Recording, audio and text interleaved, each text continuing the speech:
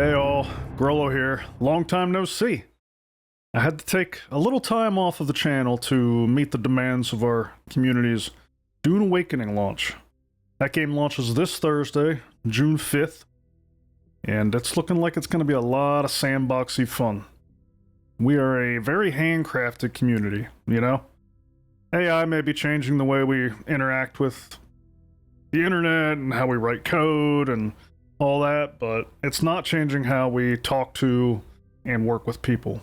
Not for us, anyway. I refuse. We're a very artisan community, and I intend to keep it that way. But that does mean a lot of work for launches and stuff like that.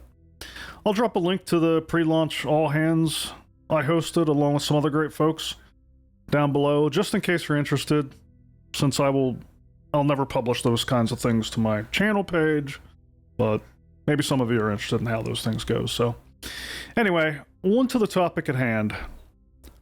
Welcome to Back in Focus, episode number 14. This is where we look back some weeks or so at interesting things that have happened in tech, gaming, or whatever really, and bring some of that back to dig into it. This week, I want to take a look at a talk that was given by Ian Hazzikostas. I hope I got that right. He gave the talk on May 20th. Ian is the game director for World of Warcraft. But this talk isn't just about WoW. There's a lot of learnings in here that everyone in game development should pay attention to. And really all of us. Whatever your opinion on WoW is, the fact is, it's been around for 2+ decades. Not a lot of live service games can say that. There's a few, for sure, but definitely none that have operated at the scale of players that WoW has at one time or another. And as we should all know, you don't learn a whole lot from your success, right? You learn far more by failing. And Blizzard and WoW have had their fair share of failures. So let's take a look and dig into this one. In the last 2 decades, how the game and the design team has been able to grow alongside its fan base and be able to reinvent it and stay relevant up until today. Welcome on stage, Ian Hazzikostas. Thank you. Hello, everybody. Good afternoon. Thank you all for coming out. It's a pleasure to be here in Malmö. This is my first time in the city. I've been enjoying it very much and look forward to the rest of the week ahead. Let's get into it. So, yeah, as Marianne mentioned, I'm here to talk about what we've learned and how some of our design philosophies have changed over the last years, and how we're excited about how that sets us up to continue our live service for many, many years to come. Hopefully, this isn't just a talk for WoW fans, but is something that people who are thinking about any type of game development on an ongoing live service can take something away from. So just to start with some of the boring stuff before we get into the more interesting material, just want to talk a little bit about my own background. So I have been at Blizzard for 17 years. I've been working on World of Warcraft for 17 years, and that's been my journey in the industry. So you could say I'm a little bit of a specialist. I became game director in 2016, and I was on the World of Warcraft team, though, since 2008. I started off doing systems design and encounter design, worn a lot of hats over the years, but I would say I'm probably a systems designer kind of at my core. Prior to coming to Blizzard and how I got into the games industry, also a bit of an unusual background. I actually went to law school. I graduated from law school in 2004, thankfully just a few months before World of Warcraft came out. Otherwise, that might have been a bit of a different home to lead raids with my guild every evening. I ran a large community site and a pretty successful guild at the time, and through doing that, was able to connect with people who worked at Blizzard. I would give them feedback, and I had a couple of people in my guild who got jobs at the company, and eventually I had this incredible opportunity come up, and I made a very large career transition in my late 20s. And I've never looked back, and it's really been just the honor of a lifetime to go from playing this game to helping craft its future.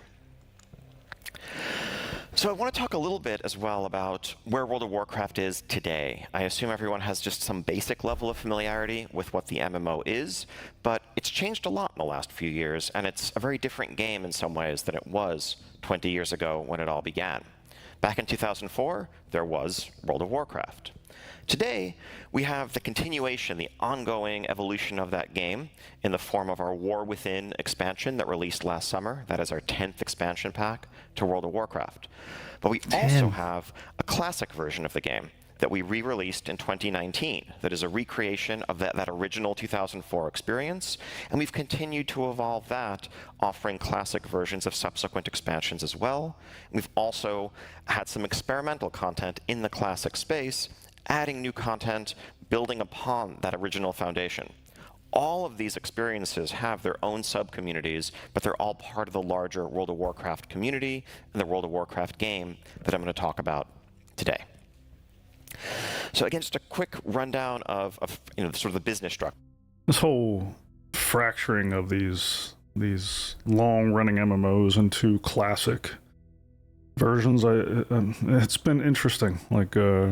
Like RuneScape, old school RuneScape is another good example, has just dominated. I felt like 2019 classic World of Warcraft was the best expansion they've done to the game yet. Sure, of WoW. WoW remains a subscription game. It's €13 a month, and that sub now includes access not just to the original ongoing version of WoW, but all of the classic versions that I just mentioned. We patch the modern version roughly every couple of months, with major updates every 6 months, and we sell an expansion pack every 2 years or so, which offers a big power reset, a whole new setting, major changes to the game. Alongside this, we have an online shop with microtransactions and mostly cosmetics and some paid convenient services like renaming your character or changing realms. But really the core of our business is and always has been this subscription model. And I have to say, as a designer, as a game developer, it's a huge honor and really it's a privilege to be able to work in that model, because I feel like it aligns our motivations, our business motivations, with players' motivations. And it lets us really just focus on keeping our community happy, because we all succeed by making a game that is as fun as possible for as many people as possible for as long as possible. And that's the end of it. Amen. Truer words have never been spoken. I just want to focus on that for a moment, where he said that the subscription model aligned Blizzard's interest with its users' interest. That gets not enough attention these days. Everybody's so anti-subscription, and it boggles my mind. Like, I have worked in multiple industries in my career. I've worked in retail, I've worked in media and publishing, I've worked in cloud infrastructure, all over the place, right? And the user always gets better products when the business interests are aligned with the user interest. Take as an example, when I worked in retail, the business was incentivized to provide you with the best shopping experience possible, because the better your shopping experience, the more things you tended to buy, the more money they made. Boom. Your interests are aligned, theirs interests are aligned. When you come there, your desire is to shop. You want the best shopping experience possible. They're motivated to give it to you because you're going to spend more. Great. When I worked in publishing and media, the exact opposite. You were coming there to read an article, or to watch a video, or to browse a gallery of things, and their motivation was to make it difficult for you to get to the thing you wanted to see, because they made more money by proliferating advertisements all over this thing, right? You had to dig through and kind of scroll the page in funny ways and click things off the screen, all of this to get to what you actually wanted.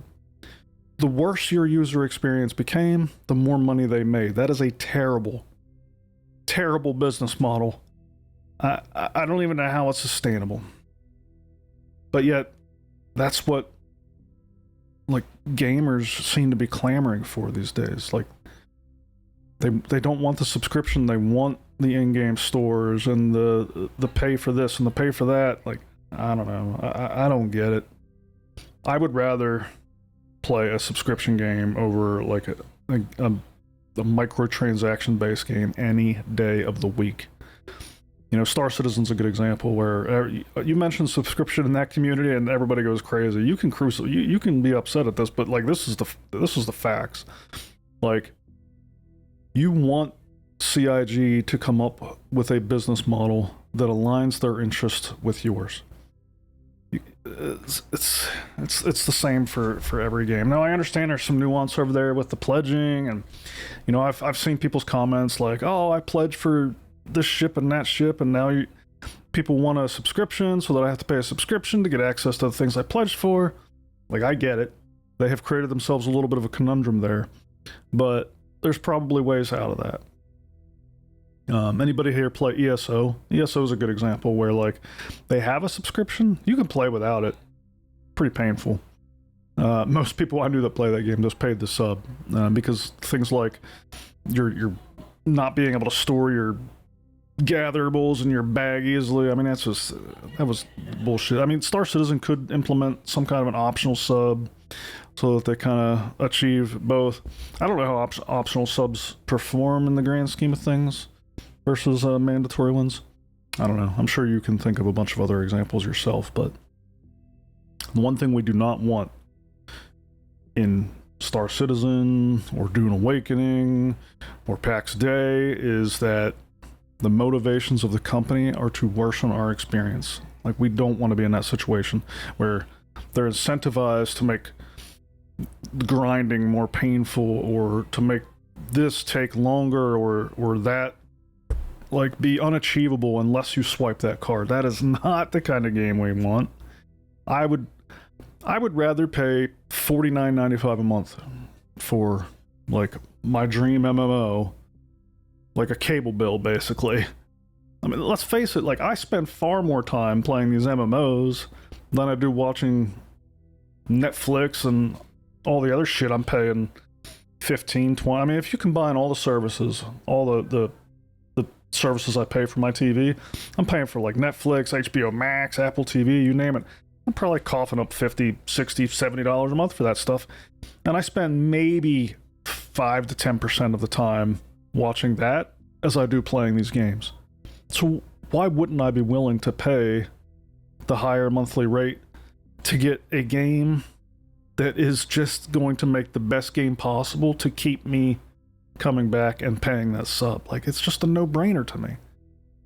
I don't know. I can't as hard as I try, I can't find the logical path to the other end of this conversation where I'm like, I don't want the sub, just fill the store with things to allow me to pay to circumvent your bullshit erroneous extra work or whatever. Like, you know what I'm saying? Like, I don't get it. Now, fortunately, I think a lot of the games coming out are good in this way. Like, if I look at Dune Awakening, their model seems to be good. You know, they're selling a box, they're renting private servers. They do have a cosmetic shop similar to Blizzard's. It seems to be strictly cosmetic, which even I'm not even a fan of that, but whatever, it's fine. They seem to have a decent model in Dune Awakening. We'll see. I think they plan on selling expansions in the future, so we'll see how that plays out. But it seems like it's going to be a pretty sound financial model where their incentives are aligned with hers. PAX Day is another example. They are doing like an optional sub where you pay for your plots. However many plots you want, that determines the price of your subscription. Sounds good. They do have the option to play that game for free, plotless. That was just announced here recently. We'll see. It seems like kind of like ESO, where like you want the capability of building so bad, kind of like you want that gathering bag, that I would imagine the majority of the players will go ahead and just pay the sub. And then finally, Ashes of Creation, they're going sub. They plan on charging $15 or whatever dollars a month to play that game. Their interests are going to be aligned. So that really leaves of kind of the up-and-coming MMOs and currently being rolled out MMOs, that really leaves Star Citizen as the odd man out. which I'm a little bummed about. It leaves that as the only game not looking at a revenue model that is aligned with our interests. And I very much hope that they come out with a sound plan that is not like, we're just going to let you pay to skip this and pay to skip that, and, you know, pay for this ship forever. But, you know, I just mentioned that a couple videos ago. I'm not going to go back into it, but right off the bat, I could not. I could talk for the next hour on just this slide. I'm not going to. Let's keep going. There have been some changes to the structure of kind of how World of Warcraft systems and gameplay have worked over the years, to say the least. Originally, World of Warcraft always had this reputation as a game that requires a huge amount of time to really, dedicate yourself to. There's still tons to do, but leveling is a much faster process. It's literally 10 times as fast just to jump in as a new player and get to the end game compared to where we were 20 years ago. This is a good thing. Leveling used to feel like a staple in games. Like it was just something you had to do. Like a game wouldn't be a game without it. But I've been playing these games that have no leveling in it, and oh my gosh, I hate going back to games where you gotta like grind up them levels, right? Like there's examples like Star Citizen, no leveling, love it. I can jump right in. Doesn't matter how often I play, how often my plans fray. Like we're on an even playing field. Like anybody can group up, go out, do whatever they're gonna do in the verse at any time. Awesome. PAX Day, same thing. PAX Day has a lot of grinding and a lot of skill leveling, right? But your like base player or character power level doesn't really ever shift. Like it only shifts with items, with consumables, with gear. So you join a clan, they have a bunch of that stuff stocked, they can hand it to you, boom, you're right at their power level, you guys can go hit a dungeon together, grind some stuff in the world, whatever. A plus for me. I don't know, I haven't gotten into Dune Awakening enough myself yet to know, like I know Dune Awakening has a lot of leveling for crafting and skills, but I don't know how much that affects your base character power level. It's a little bit of a different game, being like a survival sandbox, so Jerry's out on that, but yeah, now when I go to Ashes of Creation, oh gosh, dude. Like you can get up to level 25 in the alpha right now in that, and it is so painful. For me. I'm sure some people love the grind, but I don't expect Dune Awakening to be nearly that painful. It seems like it's going to be pretty quick and easy to kind of get into the meat of things. So A+ on this one for me. But there is so much more to do in that endgame. We have solo activities, single player questing, long form narrative stories, repeatable content there. We have a wide variety of solo, small group, and large group experiences. Delve's a new feature we just added, as well as dungeons and raids. And you can do this pretty casually or at a very hardcore competitive level, depending on your skill. We have PvP, small group and large group as well. We have systems that encourage playing multiple characters and really support it in a way that the game didn't used to. And for many players today, this is actually a primary play style of theirs. They have dozens of characters that they just level and enjoy and almost build out their collection. And speaking of collections, we have 20 years worth of stuff to collect, thousands of achievements, cosmetics, and more. And we have role-playing communities that have been around, again, for 20 years and are part of World of Warcraft. Now, I list all of this out because all of these diverse experiences make up the experience of playing World of Warcraft today. I sometimes joke that you could have a dozen serious WoW players sitting around a table. You could ask them what it is that they do in WoW and why they play it, and you'd hear a dozen different answers. And I think that's exciting and awesome when we think about maintaining a diverse living world. It also makes our lives very challenging at times because there are so many different interests and play styles and desires that drive the feedback that we hear in the community that we need to serve. I appreciate wanting to serve diverse players in a variety of ways, but you'll hear me advocate for this in like a game like Star Citizen. but I can't help but feel like it's been maybe a year since I stepped into retail WoW just to kind of see where things were at. But I can't help but feel like all these systems in WoW are just kind of like disjointed, and they don't really do a good job at pulling players together. It's more like pulling players apart. It's like the feeling I get when I go into that world. I don't know. That's the best way I can describe it. I can't help but think that there are ways to serve a wide variety of players while also putting some kind of a gravity into the game to pull them together. And I think whenever I think of like what Star Citizen could be, or what Ashes could be, or what, you know, Dune could be, like PAX, like I don't know. I'll have to give that some more thought and maybe elaborate on my ideas there, but that's my only feedback for all these things that are being listed for WoW right now. I think they just feel disjointed and like they're pulling players apart, not the other way around. Okay, now getting into the meat of things a little bit. 5 years ago, I was actually scheduled to give a talk at GDC 2020 reflecting on the first 15 years of World of Warcraft and design lessons learned along the way. Obviously, for obvious reasons, that 2020 talk didn't materialize, but in the course of preparing for this, I was looking back at my old notes, and one of the things that struck me almost immediately was that I actually no longer agree with a lot of the things that I was planning to say back in 2020. It's not that there were specific designs I was talking about that I now think were bad, but rather that the lens through which I was viewing a lot of these questions and a lot of these problems was a very different one back then. I think I'd been game director for a few years, and I was still viewing this in the context of design problems and through a very traditional design direction lens.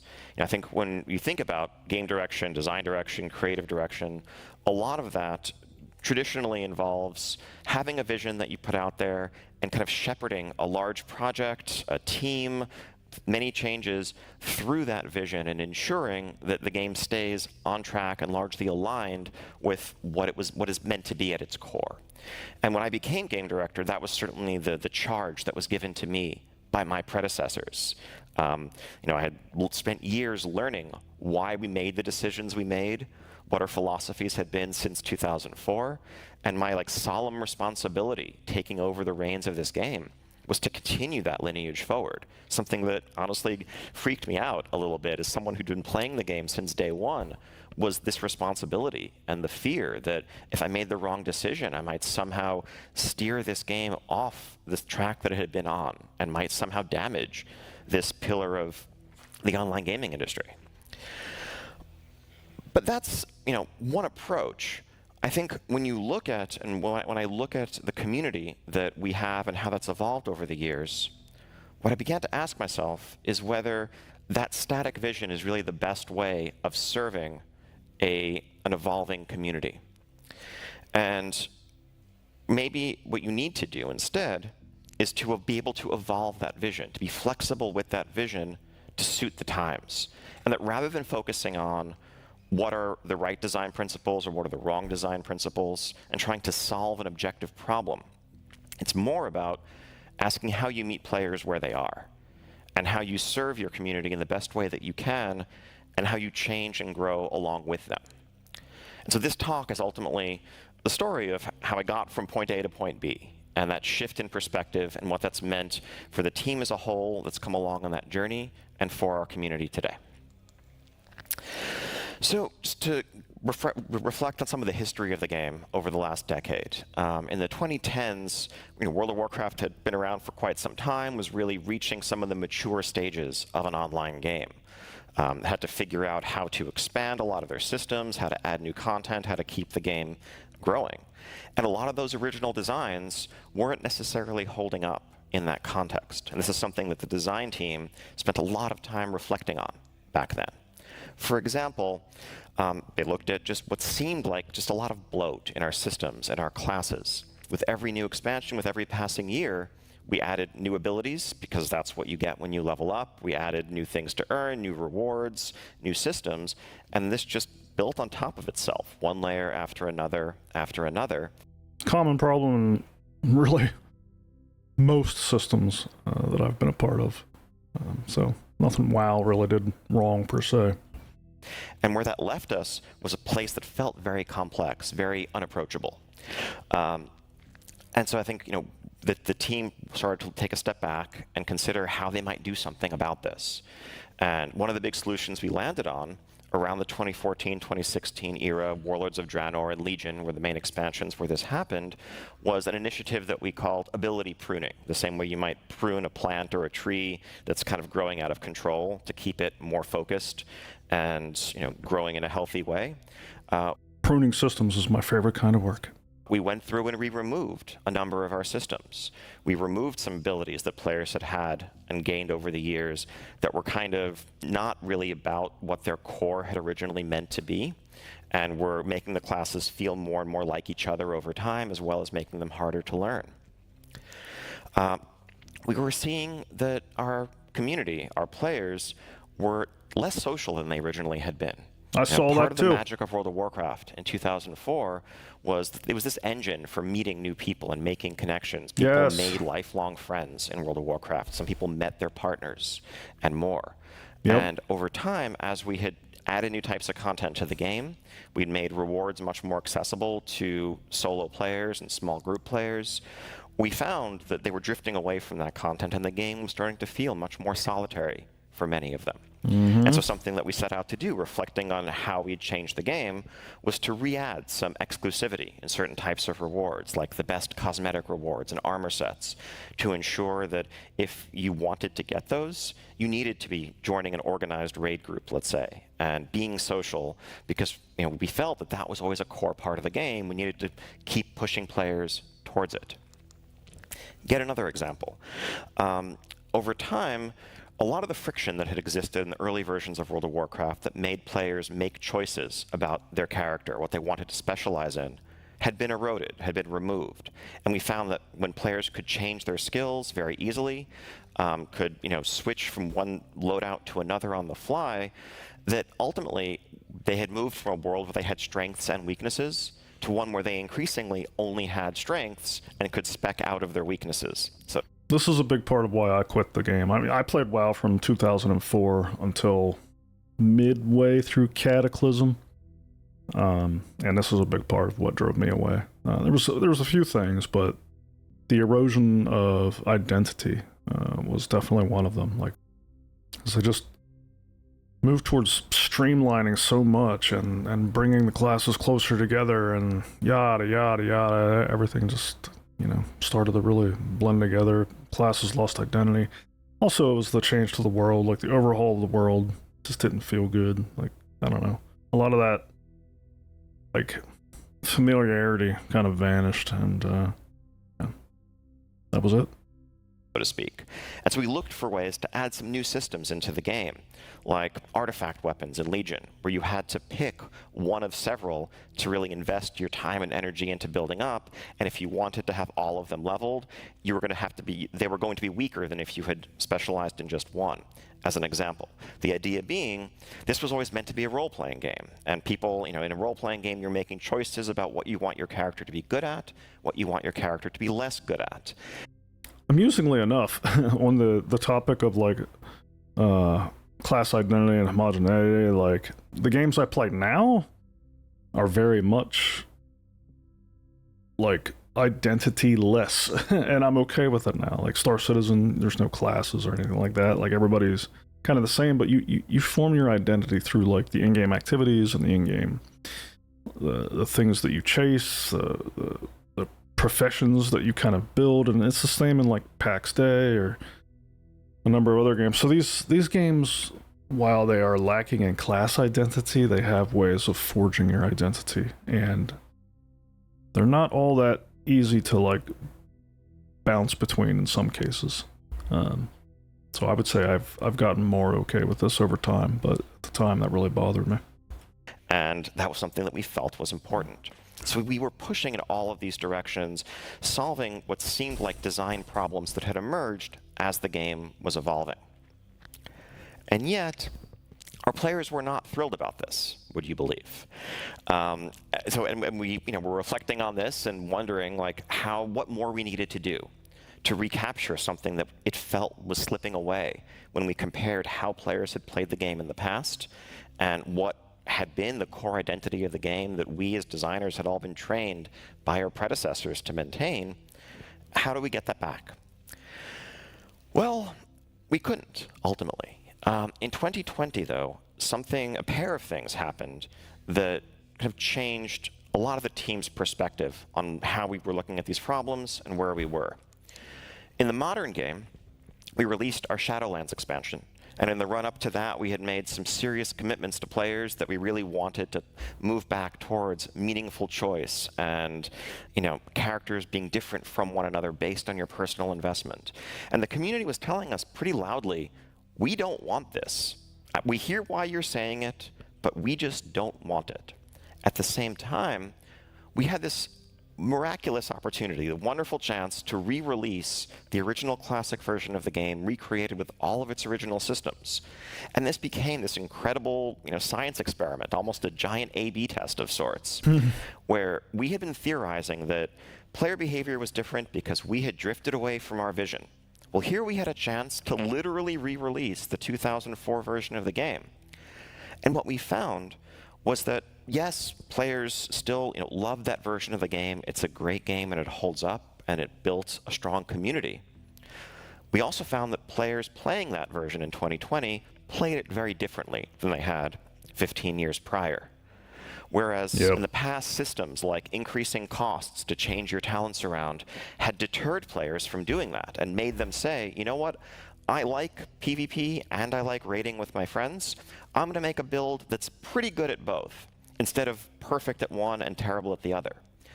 In 2020, players weren't okay with being suboptimal.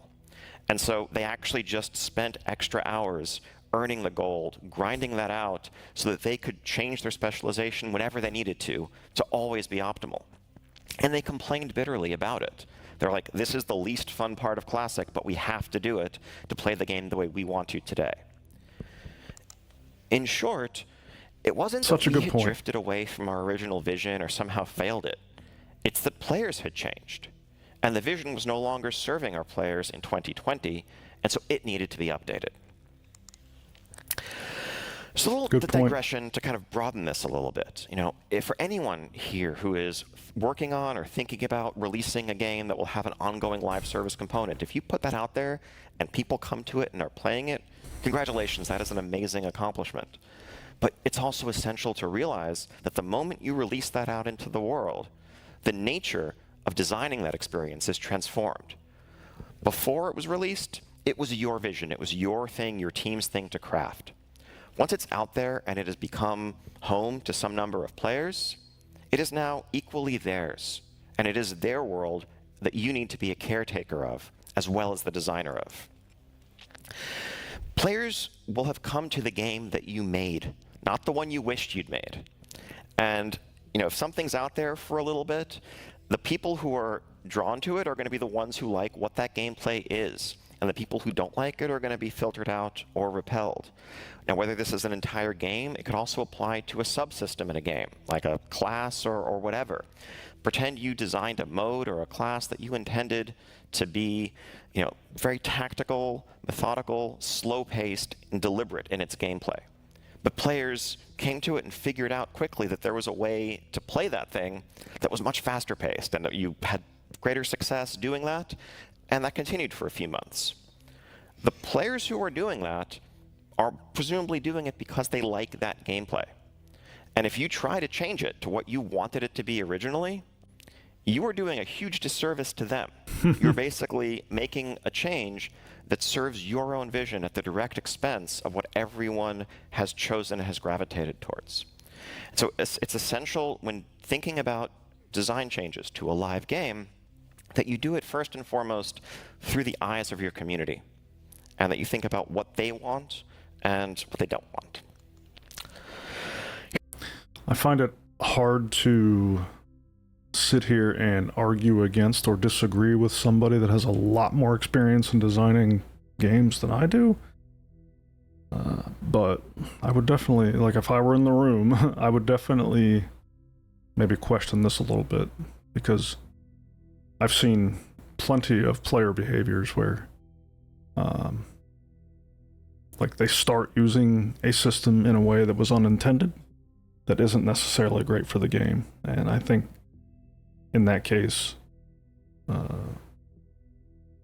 maybe at the short-term cost of upsetting some of your players, like I think change may be warranted for the greater good.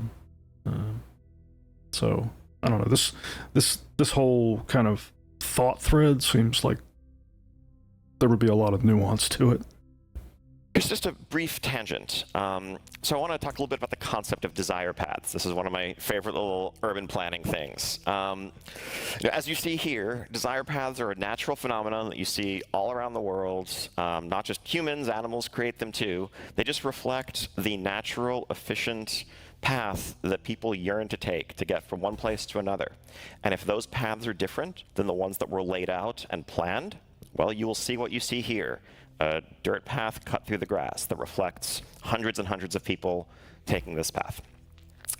I was thinking about trying to come up with a clever visual way of presenting my idea. When I started Googling around, I was delighted to discover that an artist had beaten me to it, so I'm just going to borrow what they did. Here, imagine you see a nice path laid out, a city park or whatnot. Very simple, perpendicular lines, a nice path through nature. Easy. But of course, this is what will happen, as we just saw. People want to get to the corner. Maybe they're catching a bus. Maybe they just want to cross the street quickly. They don't want to take the long path. They're going to take this path. Now let's imagine our urban planner friend had a vision. He had something in mind when creating this, and it did not include this path. So what does he do? Put a bench down. Don't walk this way. And also, if you want to sit and enjoy the nature around you, now you have a bench. You can, rest your legs. This is better, right? No. People are still going to try to take the path. All right, no, really. Also, stop littering in the park. Throw your stuff out in here. And walk on this nice straight path that we made for you. What's the problem? Of course, this is, people are people. This is going to continue as it will. Okay, for real now. Just let's put this whole hedge here. And honestly, you can imagine this designer reflecting on this and saying, actually, it's a good thing that those paths happened, because where we landed is a better overall vision. It's a bit, this aesthetically nicer. It was a bit overly simple before. This is perfect. And maybe it holds up for a little bit, but no. And so here we find ourselves again.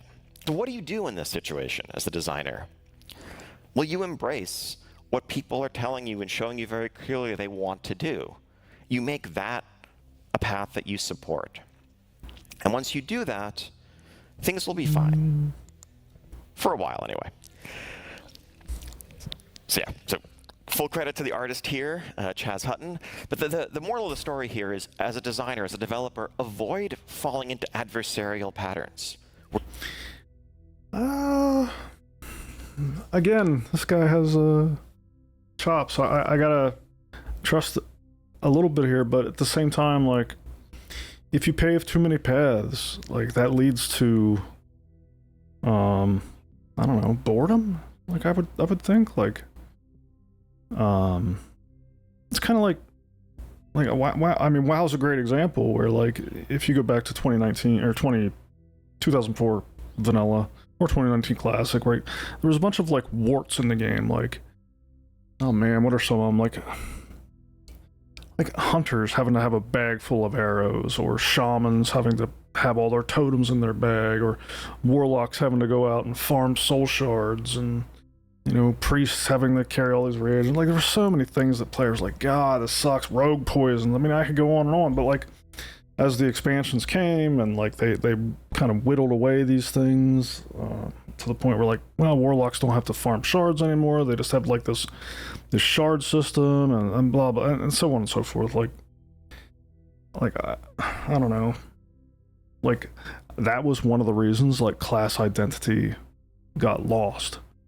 And if I'm reading this right, and like that's a form of path paving, like, players, I don't know, maybe I'm misreading this, but like, when I see, like, just keep paving the paths players want to take, well, like, that's another way of like removing friction and removing.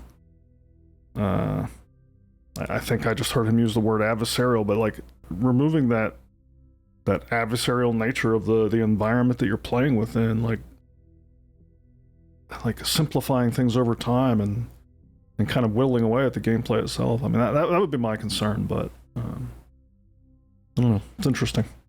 Where you are fighting your players, where you're acting at cross purposes. And also think about the emotion that that's causing in them and what you're aiming to achieve. You know, put yourself in the shoes of someone who's commuting every day and trying to catch a bus and comes through this park and finds that there are obstacles in their path. How do they feel about the city planners who are doing that? Probably not great. Good example I just thought of, like, so we're getting ready to play Dune Awakening, right? Like, the people who developed Dune Awakening, they had made Conan Exiles before that. I don't know. I don't think they've made any game in between, but if I'm wrong, let me know. I remember I played Conan Exiles for quite a bit back in the day. I started out on PlayStation. I played a little bit on PC after that. And Conan Exiles also provided the ability to host private servers like Dune Awakening is planning on. And I remember playing the game for a long time, and I loved it. I spent a lot of hours in that game. But eventually I joined a private server. And I remember the first time I went to like whack a tree, and I'm like, my bag was like filled with lumber. I'm like, what? Like, what's going on here? I remember like I would chop trees and freaking pound rocks for hours to build, you know, whatever fortress I wanted to build. And now I'm on this private server, and like it completely removed the time element to gathering. And I guess a lot of people love that. I know like a lot of people play Minecraft in that mode. I forget what you call it, creators mode or whatever, where you can just infinitely create anything. Because I guess the newer versions of Conan Exiles also implemented something like creator mode. Well, I guess a lot of people are into that, but like me, I'm sandbox survival guy over here. Like, I really like the hardship that goes into creating things. Like, to me, that's what gives the creation value. And so like when I hear path paving and kind of making our lives easier and easier over time, like I don't know, that's the alarm bells that go off in my mind. Like I don't want that. Do you want your players to feel that way about you? Okay, so you've probably seen memes of like the perfect whatever, it doesn't exist, and then there's an example of the thing. I don't have one of those, because my hypothesis here is in the context of a live game, truly the perfect design doesn't exist. Now what I mean by that is, you know, designers and systems designers especially, and I'm very guilty of this, love solving problems. It's part of what probably drew us to design. I think for a long time on World of Warcraft, we tweaked our quest system or our dungeon system or our rewards with the goal and the idea that we could finally solve them. We could finally say, okay, you know what, dungeons are perfect now. We can stop worrying about this, and we can focus our energies elsewhere and make other parts of the game better. Wouldn't that be great? Unfortunately, players are a little bit more complicated than that. A couple of examples. So in our Legion expansion, we introduced a big change to how quests work in the world, whereas before you had to go to a town and pick something up from an NPC. In Legion, we added world quests that were just on your map with tons of rewards. And some of these rewards included a new progression system called Artifact Power that gave you open-ended power progression. Players loved this. The first response we got when Legion came out was that this was like a revolutionary improvement to the gameplay loop in World of Warcraft. They wished it had been there all along, and they couldn't get enough of it. And so we looked at this and we said, awesome, we solved questing. Let's do more of this. Let's make this our new formula for what we do next. Well then, Battle for Azeroth, our next expansion, came out a couple of years later, and we were dismayed to discover that the first reaction from players when they saw it was, wait, this again? I've just spent the last 2 years doing this stuff. I was expecting something different. Another similar example, we introduced a new dungeon system that we called Mythic Plus with different modifiers and affixes to vary the experience, and initially super well received. With not many changes other than just adding new dungeons to the pool over time, players a few years later began to tell us, we're tired of this system. It's not working for us anymore. Blizzard needs to overhaul it completely. What we see here is that novelty has inherent value. And if you're trying to come up with a single static solution to an ever-changing dynamic system that is what player psychology is, you're always going to be one step behind. WoW, for example, we went through 8 different iterations of our raid structure over the first 10 years of the game. From 40-player raids to 25, then 25 and 10, then different difficulty versions of them, then combining them, then separating them. We finally landed on 4 different versions with flexible sizes. But at the end of the day, we were changing it. Were we making it better? Like, did we land on a system, by definition, that was better than where we started because we were presumably responding to feedback and improving it? I don't think so. The system that we have today, or that we landed on after 10 years of change, actually wouldn't have worked for our players at the start of World of Warcraft. The raid scene wasn't really large or mature enough. People didn't have the need for multiple raid difficulties and multiple different sizes. We made each of those changes in response to player feedback and what we were seeing and hearing from our players as we went through this journey with them. Just because we changed from A to B doesn't mean that one is better than the other. Each was right for its time, for its place. This, the phrase that he just said there, that's something I think is going to stick with me. Novelty has intrinsic value. I don't know if I've ever really thought of it like that. That's not something that really pertains to the type of work I do, but in the context of gaming, that definitely resonates with me, and it's true for me. Like, novelty has value to me. There's games I haven't played in a year or more, right? But a patch comes out and it changed something fundamental about the game. I'm like, oh, I gotta check that out, see how that works. Star Citizen, a new ship comes out. Oh, I gotta check out, see how that ship performs. You know, it's not really any better than the ship that came out 3 years ago. It's just different. But I gotta check it out. I gotta get my hands on it. I gotta see what it's like. I'm sure in Ashes and Dune, like, those same things are gonna be true. PAX Day, like, actually I know, like, Ashes, things aren't really changing, but like every patch I gotta get in there and I gotta see what's playing different, what's feeling different. And I think there's probably ways of introducing novelty to existing systems in a way that change that system enough. Like, I know our organization, Star Citizen, like, you know, we spend a lot of time in like mining operations, salvage operations, industry type loops. And we do everything. We do the combat stuff too, but like, and really what I'm about to say applies to all of this, but like, you know, doing a salvaging operation week in, week out, it can kind of get boring and monotonous after a while. But like, whenever they introduce a new salvaging ship like the Misk Fortune, ooh, we gotta go do another operation and then bring a couple of that ship along and see how it changes the dynamics of the operation, right? Like, that novelty in that situation definitely changes the overall dynamic of the operation, even though like what we're doing, what our goal is, none of that has really changed. But just seeing how the efficiency or you know, the player dynamic, how any of that stuff changes is enough to kind of make it feel fresh and exciting again. The same thing on the combat side, right? Like when the Idris came out, we had to get a full crew on that thing, go out and see what we could do with it. Yeah, I'm sure as we embark into Arrakis, and it's going to be the same thing. Like, everything's new and exciting at first, but then over time, you know, you need some kind of novelty, I guess. Oh, interesting. I'll remember that, I hope. All right. Moving on, so if perfect design doesn't exist, what does that mean about balance?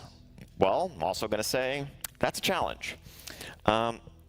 Fun story from 15 years or so Balance ago, is impossible. I was a class designer. Amen. Working on the Death Knight class. I say that I don't even know what he's about to say, but I could not agree more. Balance is impossible and undesirable, I think.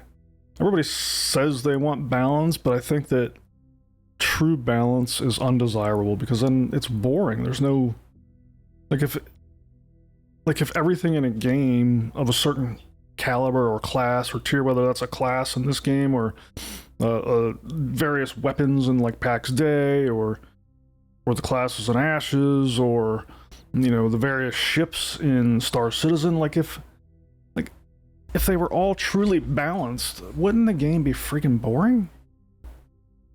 Like, because at that point, like, there's no decisions to be made that matter. That's my take on this. Knights. So Death Knights have a couple of different specializations inspired by the Lich King, the iconic Warcraft character. One focuses on unholy power, another focuses on frost. And so here we see an abstraction of the player data of how much damage these two specializations were dealing in our raid content at the time. Players were very fixated on these numbers, and if you were a player of the frost specialization, you were complaining to Blizzard at the time and saying, "We are super weak. Everyone's playing Unholy. I feel dumb for playing Frost. Please fix this. Please help us." I remember this. And so as a class designer, I went in, I looked at the numbers, looked at a lot of data, and came up with what seemed like the perfect solution. I'm just going to bring Frost's damage up by just the right percentage to make them right about equal to Unholy. And so we rolled out these changes. Players were very excited. And what did we see a week or two later? We saw this. Frost did indeed go up to where we hoped they would, but Unholy's performance dropped significantly. Why? Well, what happened is players at the time realized that they thought that Frost played perfectly now with the changes might be a tiny, tiny bit better than Unholy. And so the very best players, the ones who cared most about their performance, the ones who crunched the numbers and min-maxed, they switched from Unholy to Frost. That helped bring Frost up, but it also made the average performance of Unholy drop significantly. And so a few weeks passed, and after that's that, interesting.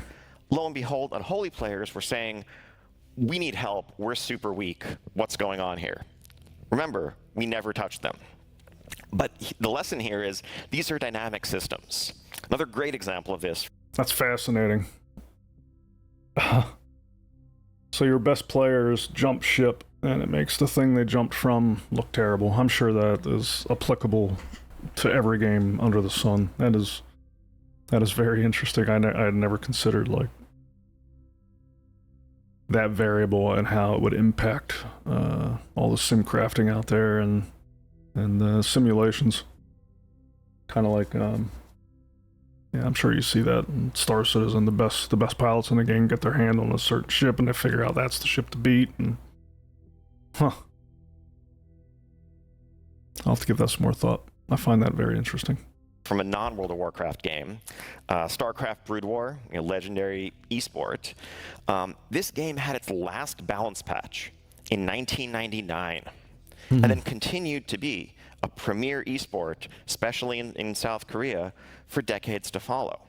This is data aggregated from thousands of esport level matches from I think 2007 to 2011 or so. And you see the balance between the three major factions in a PvP head-to-head setup fluctuated massively over time, with no balance changes. There were differences in the map pools that the leagues used, but most of this represented players figuring out a new strategy, that changing the meta, then people coming up with a new strategy that in turn countered that. That's cool. I'm not much of a StarCraft player. I haven't played since the original, I believe. But it looks like Protoss is the yellow line. Looks like they haven't had a day in a while. Anyone here who's working on or thinking about PvP balance in a modern game today, if you saw a champion in a game with a 56, 57% win rate, or one with a 43% win rate, those would be like crises that needed to be addressed immediately. And yet this continued this way for 10 years and self-corrected. Imagine what might have been different if there were a designer actively trying to balance these numbers. Yeah. Again, if you're thinking about this, from the perspective of trying to find a perfect solution, you have to understand these are dynamic systems, and that may not be possible because just by touching it, you are in fact altering the problem itself.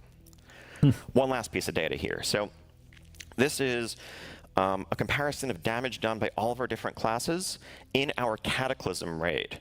This is Cataclysm Classic that's on live servers right now, but it's the 2012 version of our game balance and game data exactly recreated. This is the modern raid in the 11.1 patch in War Within, the Undermine raid. So that was then, this is now. That was then, this is now. Clearly, we have gotten better at balance over the last 12 years. These bars are much closer to each other. But at the end of the day, what have we seen? Are players overall much happier about balance? Do they all praise us for having finally balanced the game so well?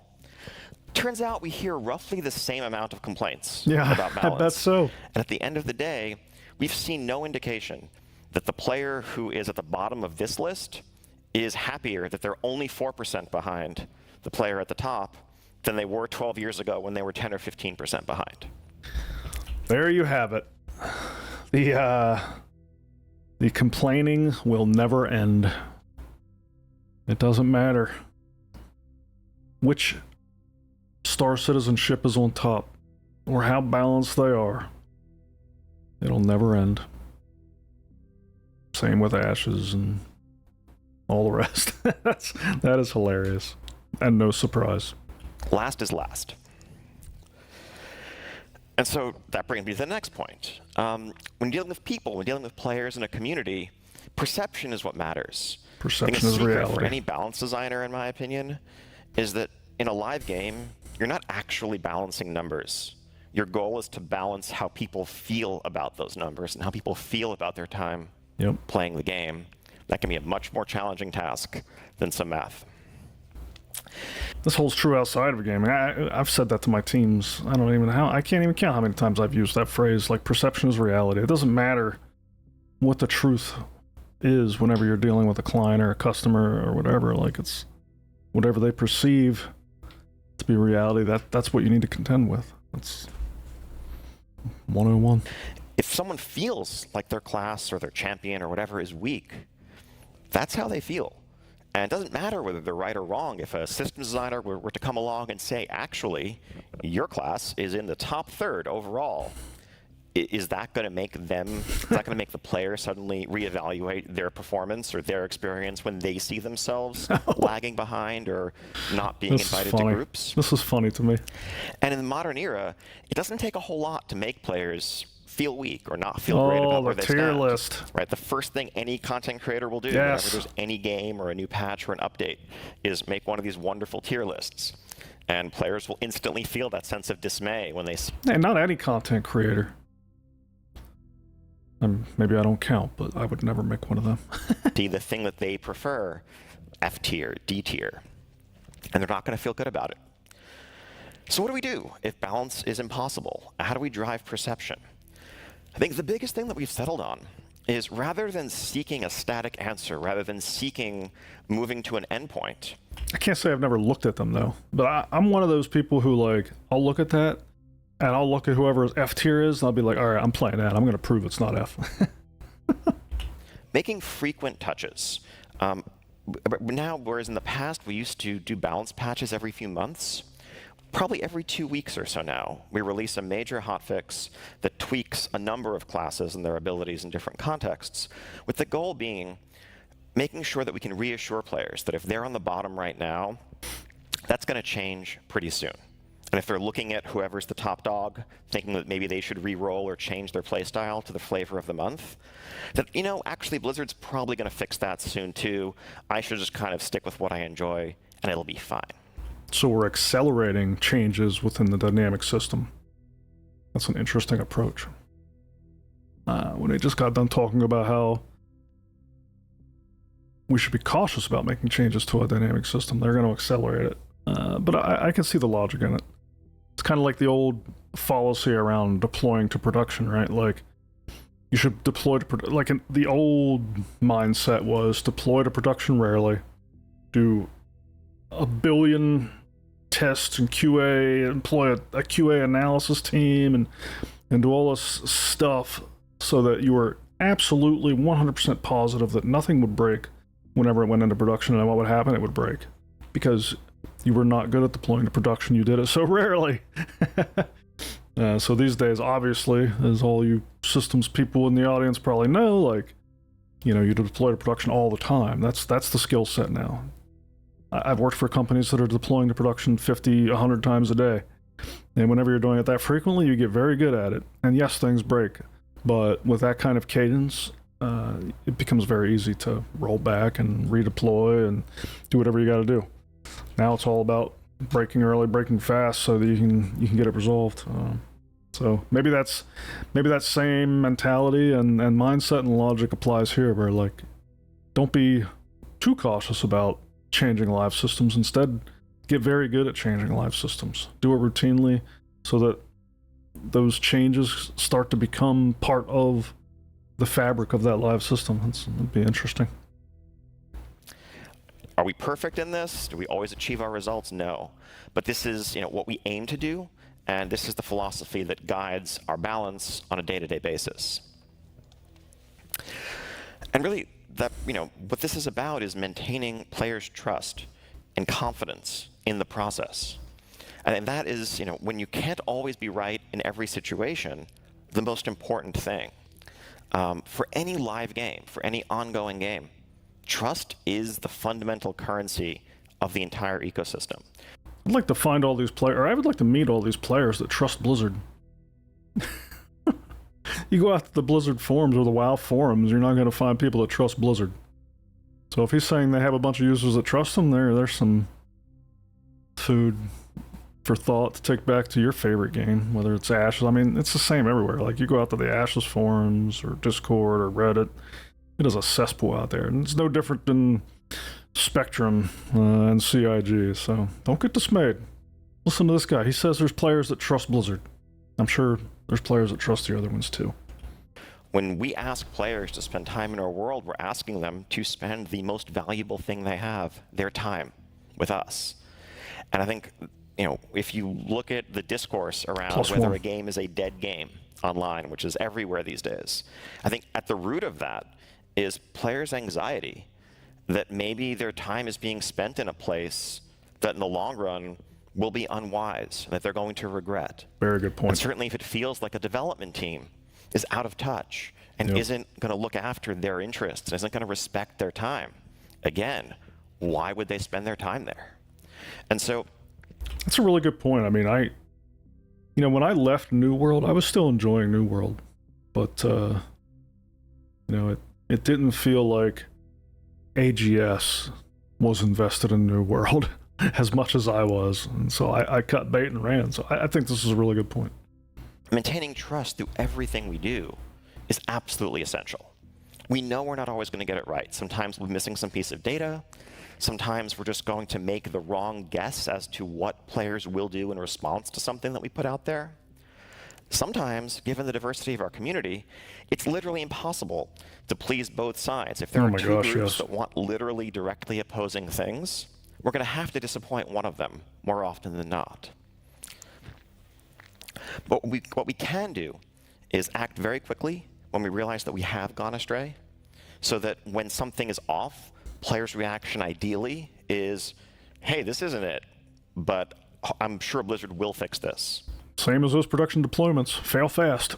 As opposed to, wow, these developers are out of touch, do they even play their own game? And that's not to say that we can't continue to improve in this space, but that is our aim in how we communicate and how we think about the decisions we make. Transparency here. How often y'all hear that on Spectrum? Oh my gosh, do these guys even play their own game? Oh my gosh. Can be really scary. Admitting that you were wrong, admitting that you missed something to a community when there's people looking to pick that apart is challenging, it is daunting. But in the long run, I think it's the only way to maintain trust, and you need to maintain trust for there to be a long run. Speaking of that, a lot of the way we used to think about these decisions, and a lot of the stuff that my talk that I had begun to work on 5 years ago was evaluating things, was looking at the longevity of systems and how you consider the future and how important it is to plan ahead when you're making a live service game that you expect and intend to last for years. And back then we were looking at what seemed like some very real design problems. Here you see the original World of Warcraft talent tree from World of Warcraft Classic. You got 51 talent points to spend as you level to 60. Pretty simple, pretty iconic. But that basic premise of getting 1 point per level meant that with each new expansion, when the level cap went up to 70, you got 10 new points. There had to be 10 points to spend things on. When the cap went up to 80, you got 10 more points. And so a few years later, our trees looked like this. And this was just 2 expansions in. Very definition of an unscalable system. And we were beginning to plan expansion 3, expansion 4, and realizing like, whoa, what do we like? At some point, the UI here is a mess. This is so complex for players. It's a nightmare to balance. This is unsustainable. We need to change the system. And so we did. One of the things we did moving into our Mists of Pandaria expansion was to look at our big talent tree and say, you know what, actually, probably like 50 of the points people are spending here, they're just copying some build online anyway. Everyone gets these points. Let's just give them to you baseline. More scalable, so that you don't have to make no that doubt. decision. And let's simplify and streamline and focus on the interesting decisions that are being made between utility or playstyle options. And you'll have everything that you used to, but the UI is much more elegant, it's much more maintainable. And as we look ahead, we can add one new row every expansion as needed, and we can keep doing that for a long time. This felt like a strictly superior system, viewed through that design lens.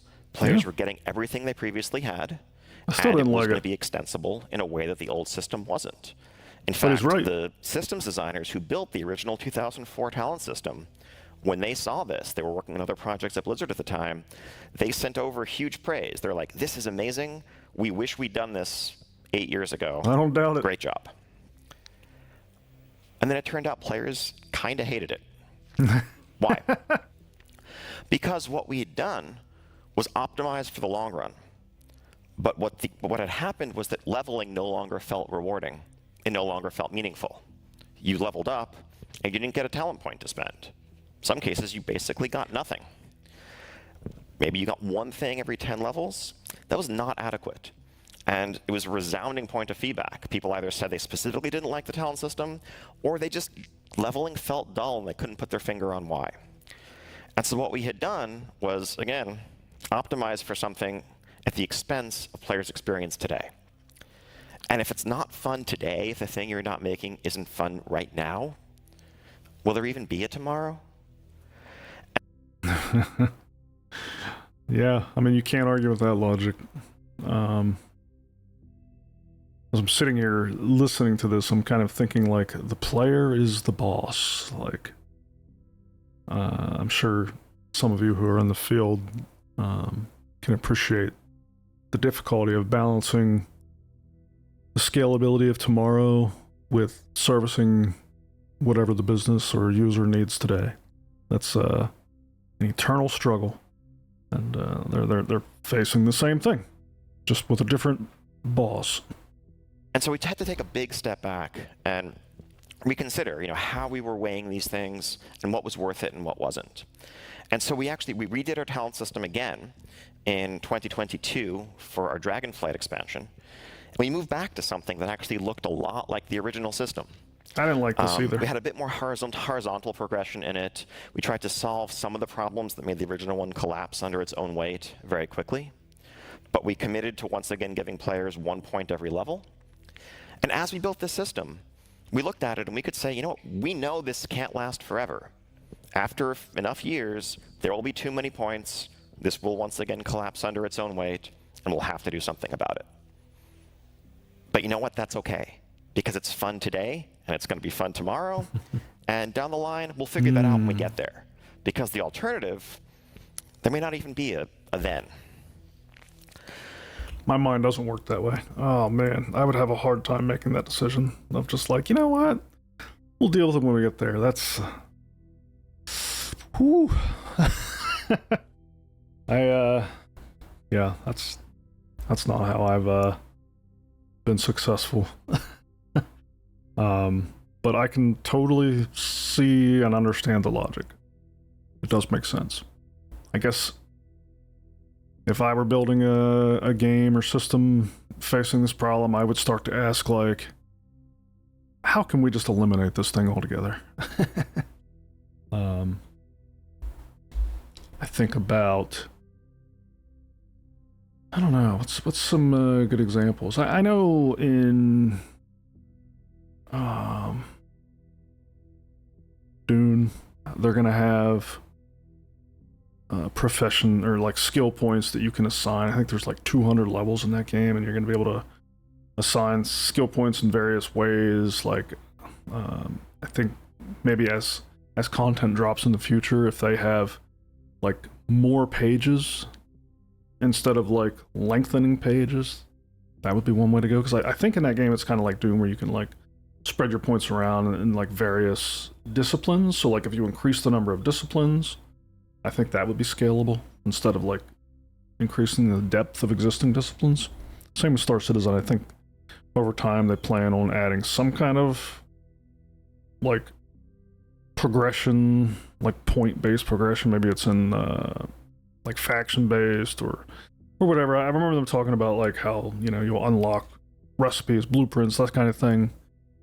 Again, breadth over depth generally is just a far more scalable. It's the same reason, like, you know, I think games like ESO and Guild Wars 2 have an easier time scaling their endgame than WoW does. Like, correct me if I'm wrong here, but I'm not aware of those games ever having to squish anything because they scale horizontally rather than vertically. Anytime you do vertical scaling like this, it's the same in hardware or business systems. I mean, try to scale that database vertically forever, it's going to come crashing down on you. So this seems to be a problem suffered by WoW and Blizzard as a result of the very nature of the game, and something they're probably never going to be able to escape completely.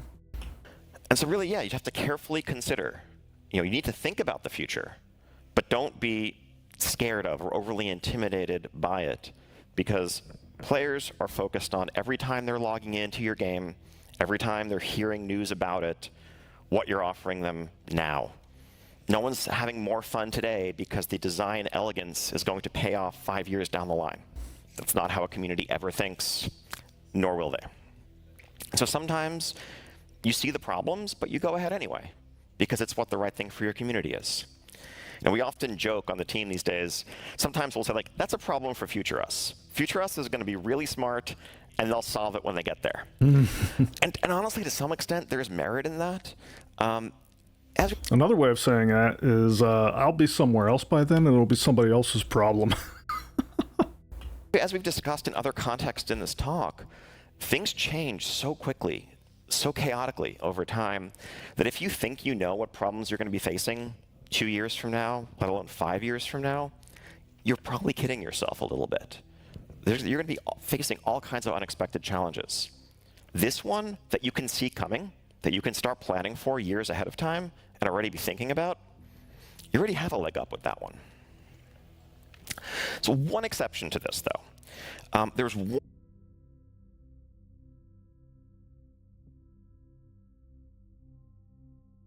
I'm not going to comment. One area where I think it is important to really stress the future, and that is a set of decisions that I call one-way ratchets, which is like a wrench that you can only turn in one direction and it just won't, you know, go back, like this visual here.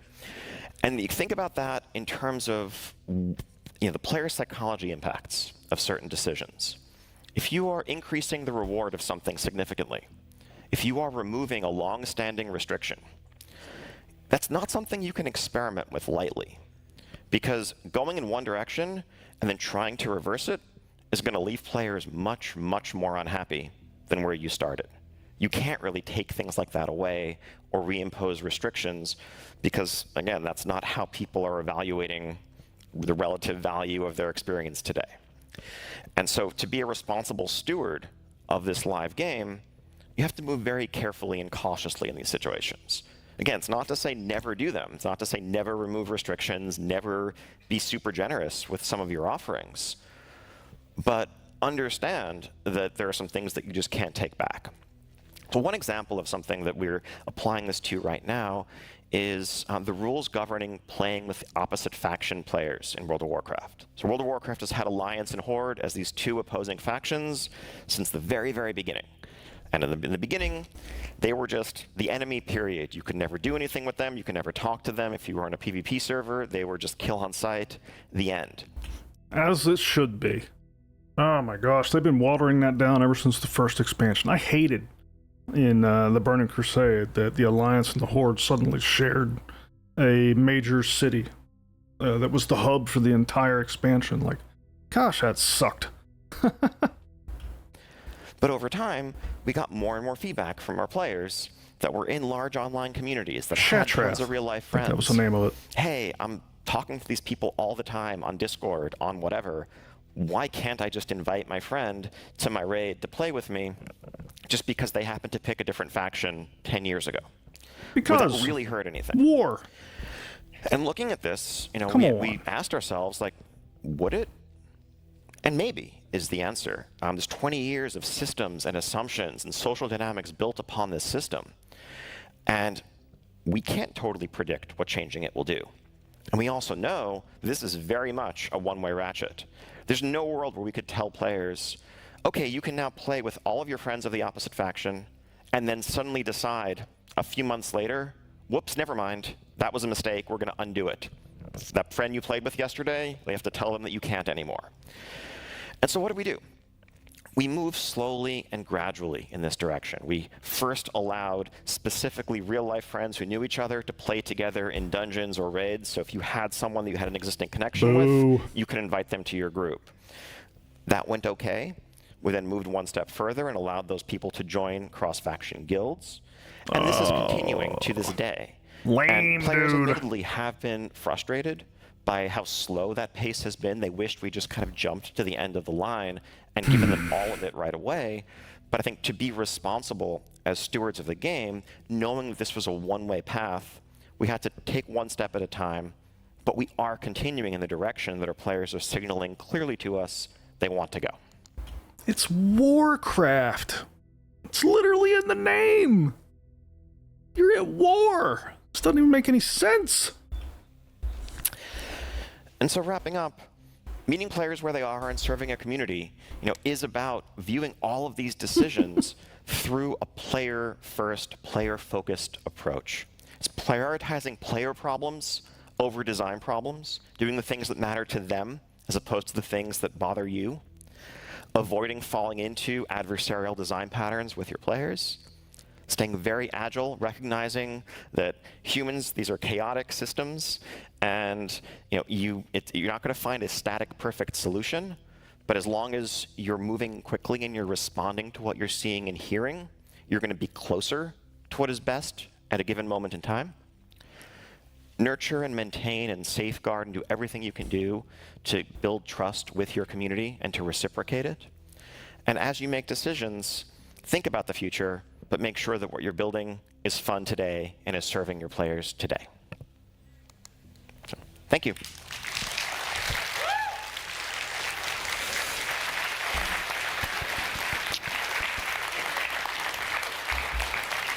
Man, that was a great talk by Ian.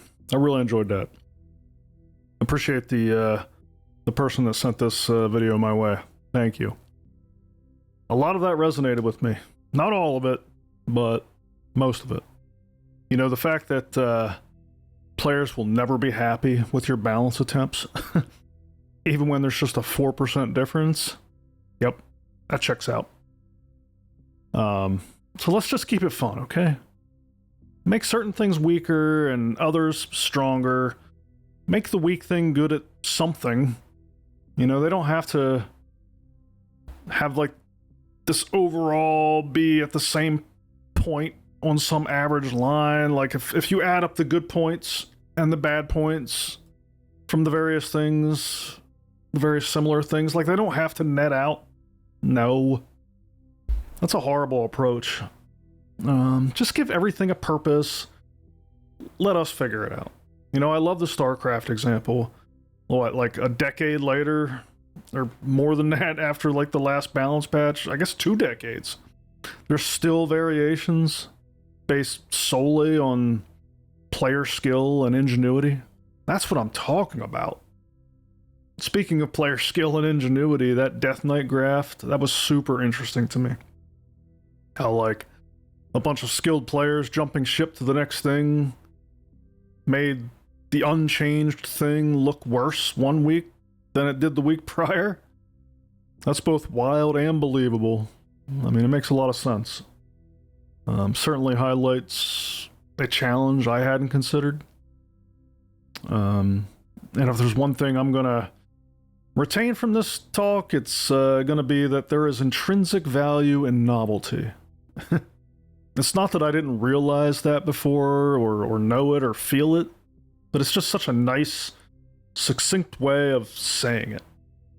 I'm going to hold on to that one and put it in my shelf of clever things that I can whip out in conversation. Thanks, Ian. And of course, the slide that hit me the hardest was the slide that described how WoW was monetized. That is a hill I am not going to budge from. No matter how long I am here on Earth, being a gamer, I will not and cannot understand the desire that so many players have. The fact that they want to remove the alignment between our motivations, the players, and the company that's hosting or running the game that we're playing. Every time you ask for in-apps to fund a game instead of a subscription or box fees or upgrade fees, that's what you're doing. You're asking to be treated the way that Facebook treats you, or the way that Wired.com treats you. Is that really how you want the game companies to treat us? Like, come on. If you feel strongly the other way on this topic, I would love a good debate on it. Now, mind it, there's no reason to get heated about it, okay? I've seen some folks come in here all heated. I'm just looking for a good debate. No flames needed. And beyond that slide, anything else stick out to you? I mean, what else could Star Citizen or Dune Awakening or PAX Day, Ashes of Creation, or any of the other up-and-coming MMOs, like, what could they learn from Blizzard and WoW's dominance over multiple decades? Like, I'd love to hear from you. Let's jump into the comments. I'll see you there. But until then, take care. Grolo out.